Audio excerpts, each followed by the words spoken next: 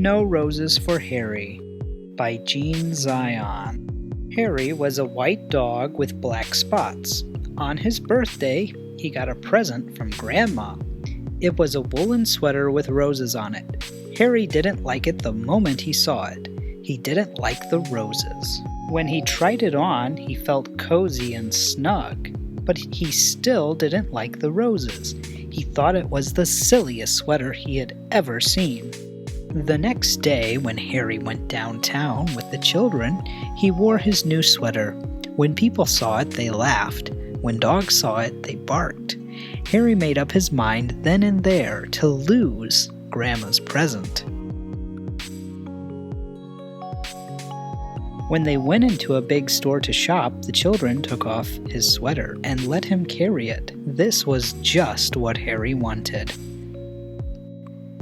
First, he tried to lose it in the pet department, but a man found it and gave it back. Then he tried to lose it in the grocery department, but a lady found it and gave it back. He tried to lose it in the flower department, but a little boy found it and gave it back. The children didn't let Harry carry it anymore. They made him wear it. As they started home, Harry was beginning to think he would never lose it. When he got home, his friends were waiting to play with him, but Harry didn't feel like playing, so they left him alone. As he sat wondering what to do, Harry noticed a loose stitch on his sweater. He pulled at the wool, just a little at first, then a bit more, and then a bit more. Harry didn't know it, but a bird was watching. In a minute, Harry had pulled out quite a long piece of wool. The end of it lay on the grass behind him. Suddenly, the bird flew down. Quick as a flash, she took the end of the wool in her beak and flew away with it. It all happened before Harry could even blink. The sweater began to disappear right before Harry's eyes. First one leg, then the neck, then the other leg, then the back, and finally the whole thing was just one long piece of wool flying off into the sky. The sweater was gone. Harry could hardly believe it. He barked and jumped with joy, then he ran out of the yard. He ran down the street barking "Thank you" to the bird over and over again. The bird and wool were just a tiny speck in the sky, but Harry kept following them.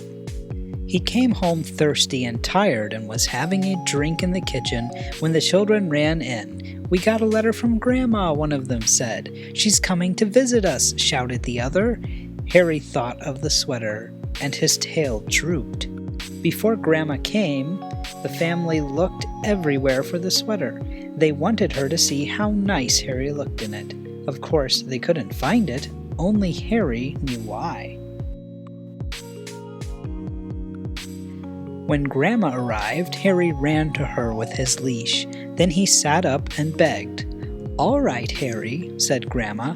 "After I've had my lunch and a nap, we'll go for a walk." That afternoon, Harry and Grandma and the children started off on their walk. Harry barked happily and pulled towards the park.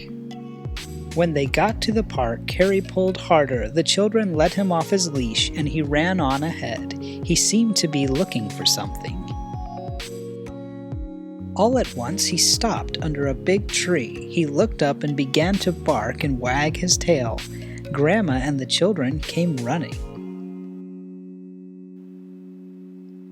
They got to the tree and looked up, too. Suddenly, one of the children said, "I see a nest." "It's made of wool," said the other, "and it's the very same color as Harry's sweater," they shouted together. "It is Harry's sweater," exclaimed Grandma. Just then a bird looked out of the nest. "Look, Grandma, look," shouted the children. Harry gave his sweater to a bird. "I wonder how he did that," said Grandma. The bird sang and Harry wagged his tail. At Christmas, Harry got a present from Grandma. It was a new sweater. Harry liked this one very much. When he tried it on, he felt as cozy and snug as the bird in the nest, but best of all, it was white with black spots. The end.